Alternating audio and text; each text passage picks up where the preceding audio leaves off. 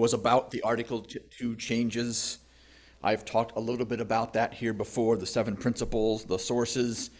The study commission is going much broader than I thought they would, and I'm kind of excited about that. And so there's lots of that going on. I think the planners and presenters did a good job explaining what they were up to, providing a deep context for what they were doing and opportunities to engage in a variety of ways. There were 3 presentations. There were questions for conversations in small groups, both in person and online. They really did a lot of work on theologically plural grounding for our who we are and what we're doing in the world, reflecting on how we form, reform, and sustain deep community, and reimagining transformation. How do we create the conditions for hearts and minds to change in ourselves, in each other, in our communities, and our world? Now, these are vital questions for anyone, not just Unitarian Universalists. Some of this service is going to be a little inside baseball, but for the most part, there will be multiple opportunities to engage with these deeply human questions. So I think it really is valuable for all. I will carry on, first of all, with the abortion. We just saw our President, Susan Frederick Gray, talking about the Supreme Court decision. It had been leaked before, but I think there were still some of us who had hoped that would be changed by the time they actually made the decision. But on Friday, June 24th, it came out, and you saw that Susan was a little bit angry and fired up, and I'm glad of that, and I appreciate her leadership. They also had some of the folks from our UUA who do justice work as their full-time job. Rob Keithan and Ashley Horan talked about courts won't save us. We have to organize and work locally, connect locally. Culture change is the goal. A majority of human beings in this country want legal, safe abortion, but the culture is such that they don't have the microphone and the newspaper and the bully pulpit. And so we need to change that culture. And Ashley said, we are all born with the twin gifts of agency and conscience. Our liberation is bound up together, and I think that she is right there. There were elections for our UUA Board of Trustees. In both cases, the candidate who was recommended by our UUA nominating committee won with approximately 90% of the vote. In both cases, the challenger was nominated by this group of UUs who feel that our UUA talks too much about racism and wants to make too many changes too fast. This includes the Reverend Ms. Beverly Cease, who serves the fellowship down in Kokomo, Indiana, and who actually said that people of color and youth should go away and form their own religion. I do try to have compassion for all people. Change is hard. The last few years have been a nightmare for most of us. And I think that we are called to evolve and grow as human beings and widen our circle of concern. And telling people to go away is not doing that. So the candidates who lost 90% to 10%, and all those who encouraged them to run, I hope that they feel this is not a rejection of them, but as an invitation to deeper dialogue about how we can create a beloved community that welcomes all beings going forward. As always, there are also actions of immediate witness at a General Assembly. The 3 that were passed this year were we do not consent, rejecting legal challenges to abortion, anti-racism and reparations via restorative justice, and stop the privatization of Medicare. Interestingly enough, that one got the fewest votes. It still got 77%, but I guess I don't understand why you would vote for the privatization of Medicare, but maybe some people did. Clearly they did, I don't know why. Okay. There were 3 business resolutions, which is, we're getting kind of technical here, but one fixed a typographical error that had made its way into the UU bylaws concerning elections. And then the other two, as Elaine McCardle wrote in the UU World article, a business resolution asking GA to endorse the board's plan to do a comprehensive rewrite of the UUA bylaws to remove overly complicated and inefficient governance, passed overwhelmingly. Another business resolution to re-envision the role of the General Assembly Planning Committee, also passed overwhelmingly. My take on all this? 60-some years ago, neither the members of the American Unitarian Association nor the members of the Universalist Church of America really trusted the others when they consolidated in 1961. And all of them, pretty much, on both sides, had a healthy dose of anti-authoritarianism. Can I get a heck yeah? So they didn't trust each other, and they didn't trust a president, and they didn't trust a board of trustees, so they wrote some bylaws which made it easy to obstruct or deny almost anything that was being put forward. They prevented anyone from getting too much power, and they didn't make things really clear. Part of that is they created an entirely different group, the General Assembly Planning Committee, to run that new association's annual meeting. The GAPC kind of did report to the board, but not really. And the GAPC worked with the president and their administration, but not totally. So it's been this sort of odd mix of things for over 60 years now, and they're going to work on that headache, and yay. Now, Article 2 is about more than just principles and sources. They're considering changes that are much broader and deeper, as you heard Kay read. I've talked about adding an 8th principle. I've talked about tinkering with the sources, and both of those have some controversy, certainly, but it's going much bigger. So the way Article 2 looks, Article 2, Section Article 2 is principles and purposes.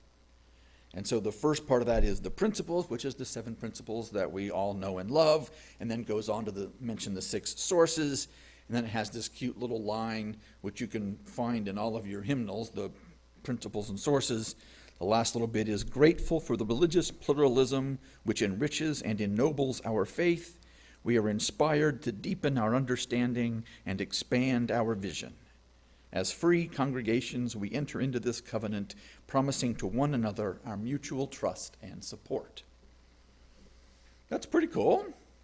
And then they talk about the purposes, which is what we're here to do.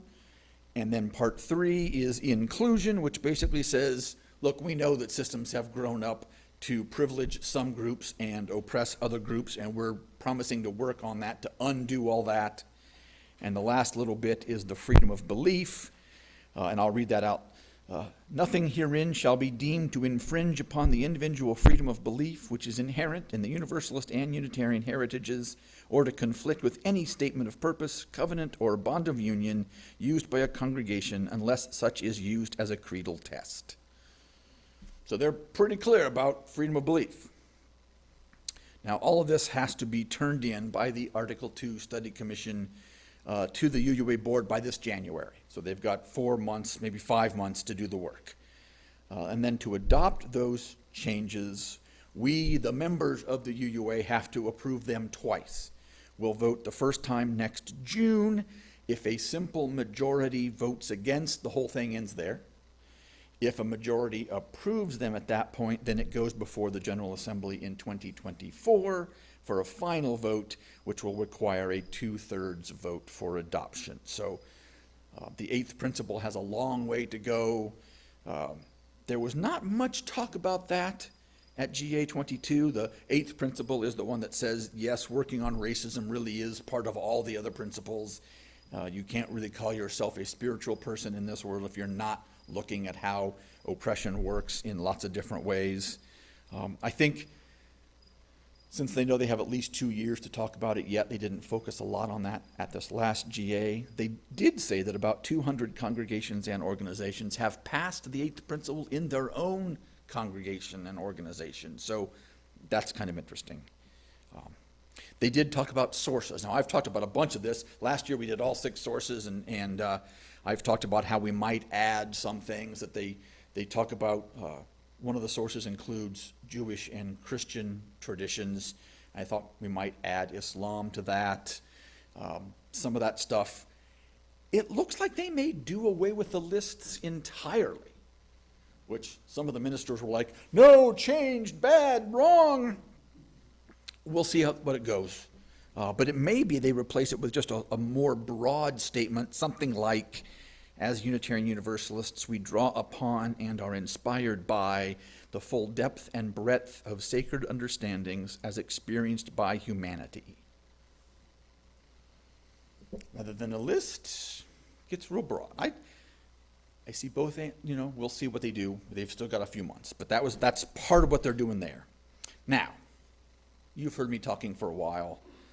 I had really hoped when I was planning this service that we could get into small groups. People online could be in small groups, and people in here can be in small groups and talk about some of the questions that they had us discuss at General Assembly. We're in orange now, so that's not going to happen. What I'm going to recommend instead is that I'll read the questions and we'll have Ian play for 60 seconds so we can think about it, and then we can raise our hand and share answers, and people online will have a chance to share some of their answers, and we'll just brainstorm what these things mean to us.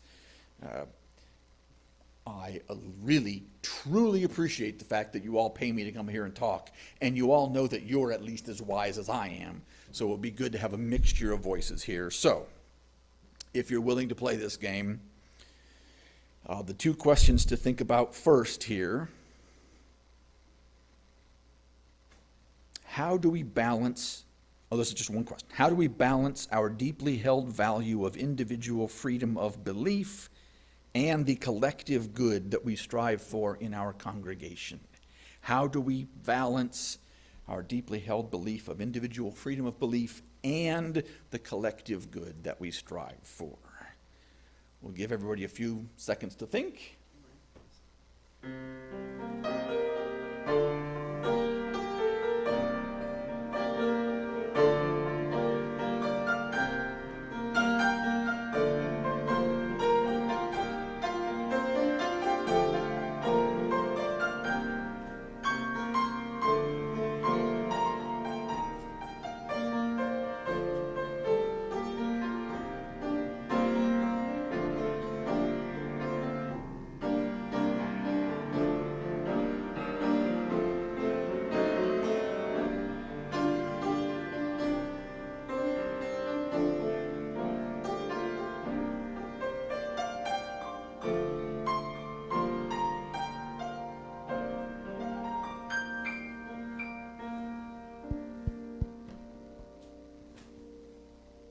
Fabulous. Thank you, Ian.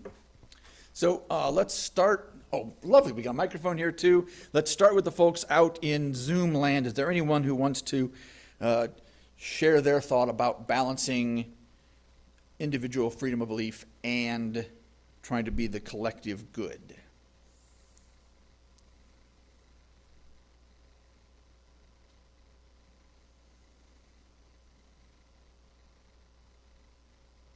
I know I started with a hard question, but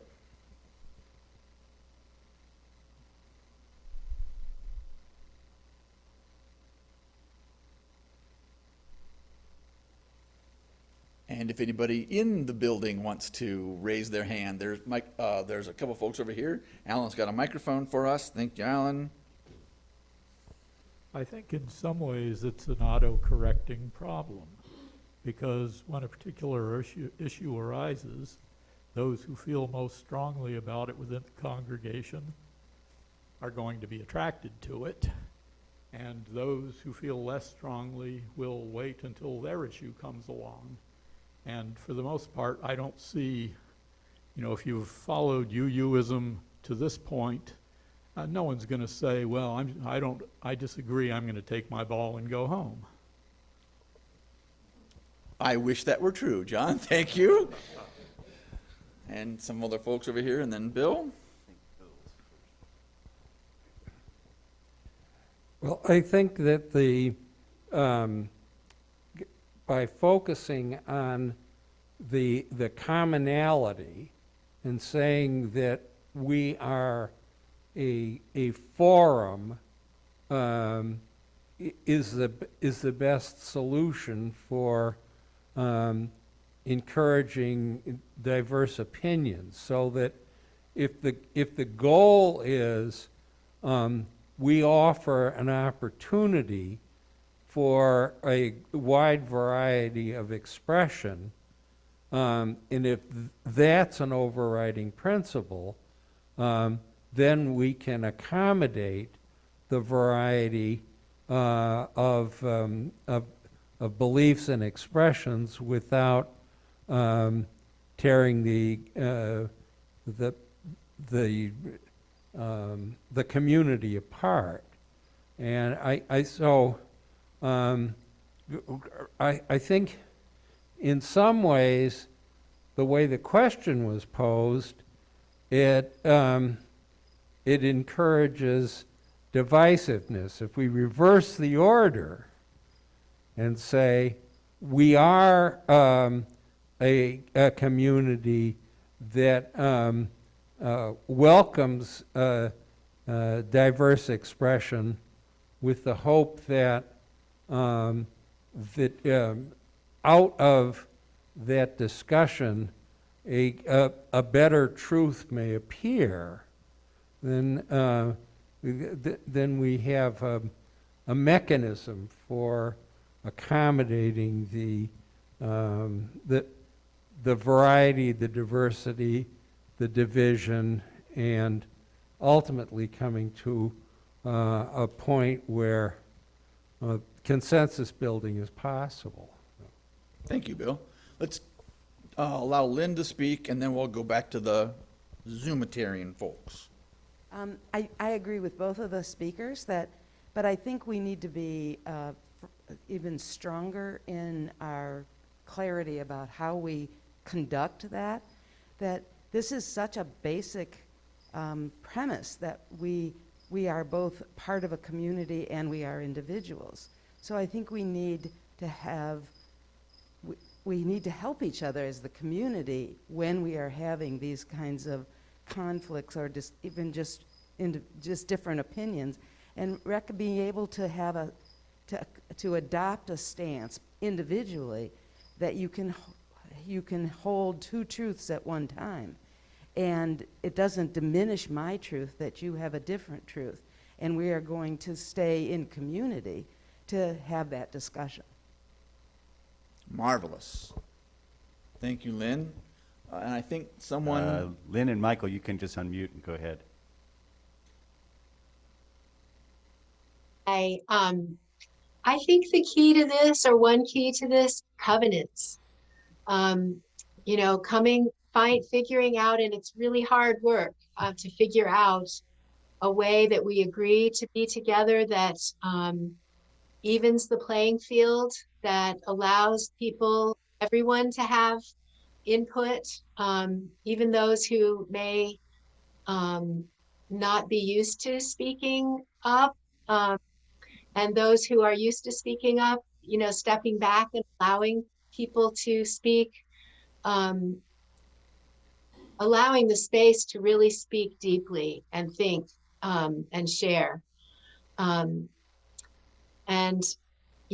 We've been trying this year not just this year, but in the groups that I'm in the church, like the Committee on Ministry and the Chalice Circle that I'm in, to work with covenants to direct our conversations. And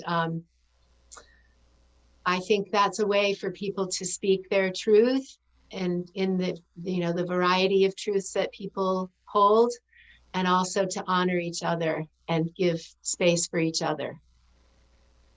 Nice. Thank you, Lynn.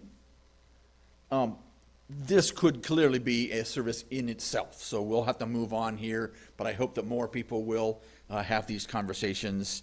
And this one especially is not just Unitarian Universalism, right? The United States of America have a lot of people that have different beliefs and argue back and forth and say that my freedom to do X outweighs your freedom to do Y. So it's good to take the lead on these things, I think. Other little GA bits, there was a reimagining stewardship and engagement in a multi-platform world workshop that I took. Turns out the best way to do that is make it fun. What a concept, huh? So I'm looking forward to doing some stewardship this year with the stewardship committee and making it fun. I attended an early morning worship called Rituals and Other Sustenance for a Traumatized World.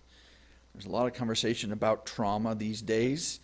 The service of the Living Tradition had many fellowshipped ministers and newly credentialed musicians and religious educators from the last 3 years all do the thing. Since they didn't get their chance to walk across the stage in 20 and 21, they all did it in this giant group in 22, and it was good to see that. The Ware Lecture is always one of the highlights of General Assembly. We had Dr. Ibram X. Kendi talk to us this year. He talked about the differences that he sees between racist and non-racist and anti-racist conversations. He uses segregationist and assimilationist. And so a segregationist would say something like black people are inferior due to their nature. An assimilationist would say, oh, no, we're all equal. We're all only one race. And, due to slavery and Jim Crow and poverty, it's regrettable that black culture has become slightly inferior. So assimilationists are still dehumanizing their black cousins. An anti-racist would say no one is inferior, not because of nature nor nurture. If there is a disparity, it's because of policies that were created by humans who tried to dehumanize black people and failed. Cool.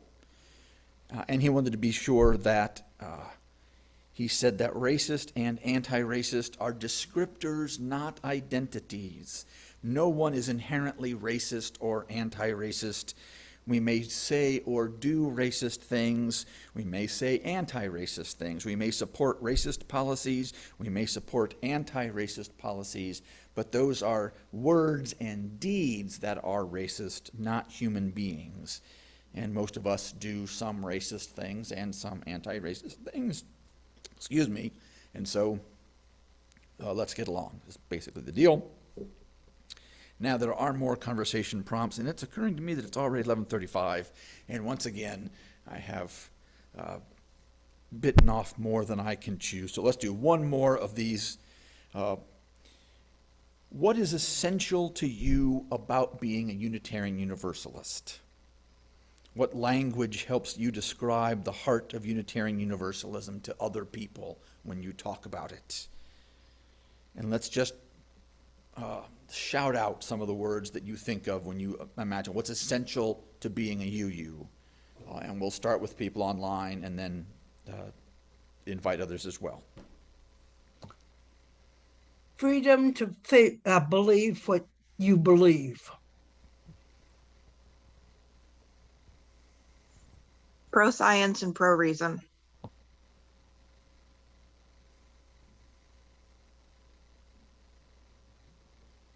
Humanism.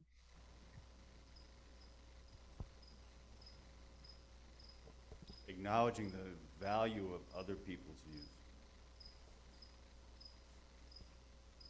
Other people want to share? Go ahead and just speak. I can repeat it if necessary. Covenant. Welcoming. Strong sense of community. So the people at GA made one of those word clouds. They had a bunch of people answer the question, and the word cloud had a giant love in the middle of it. And then the biggest 6 words around it were generosity, justice, evolution, pluralism, diversity, interdependence, and equity. All of those are values that our world needs more of, aren't they? They also did a thing about the purposes, which is what the UUA is for. Both of them, they had 2 different drafts to mention I'll read those real quick. Both of them have cut out the word corporate, which used to be in our purpose. The UUA shall devote its resources to and exercise its organizational powers for religious, educational, and humanitarian purposes. The primary purposes are to equip congregations for vital ministry, to support and train leaders, both lay and professional, to heal historic inequities, and to advance UU values in the world. We do all this consistent with our theological pluralism.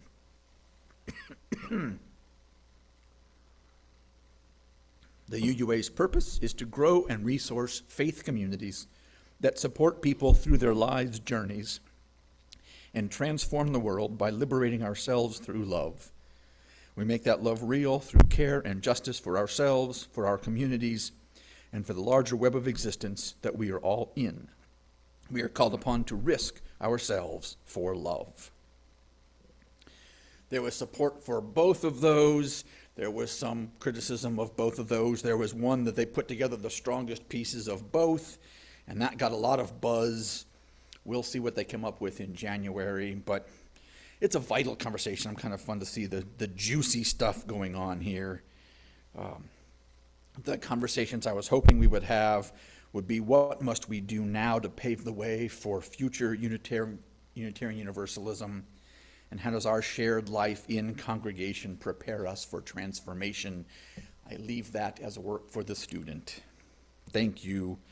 And as usual, one of the very last things on the agenda is the invitation to the next General Assembly, which will be in Pittsburgh next June. Jim Ward is super excited about having us visit his home city. He has some ideas about restaurants and sightseeing. Frank Lloyd Wright's Falling Waters, like an hour outside the city. And I was just imagining some of the traditions that I grew up in having this conversation. I was baptized, sprinkled, dunked, named in the Mormon faith, the Methodists, and the Presbyterians. The Mormons are still having a lot of debate about whether or not. Now, I think they say now that it's okay to be gay as long as you don't act on it at all, ever. And you won't get to keep your gay partner if you die, like all the heterosexual couples can. And they're really having trouble with trans issues. The folks in the Methodists are tearing up their denomination over this issue about gay marriage and gay people existing. And the Presbyterians are doing a little tiny bit better. They're the biggest of the Protestant denominations in the United States, and they are making some progress, and also that's causing them problems too. They're still having trouble figuring out what their identity is that they set hundreds of years ago. And here we are trying to figure out how we want to live our values in the 21st century. So, what an interesting time to be alive. What an interesting time to be Unitarian Universalists. We are imperfect as people, as congregations, as an association, but at least we're doing the work and trying to help the world with the whole of our hearts. So may we be. This could have been much better if I'd had time to do it, but I'm glad you listened to me. It takes so much effort to do the work that we do. It takes care, it takes covenant, it takes emotional energy, and it takes cash money. There's a basket coming around for those of you here in the building. There's a link you can click on out there in First Zuumitarian. Take it away, Ian. All right. I started kind of writing a song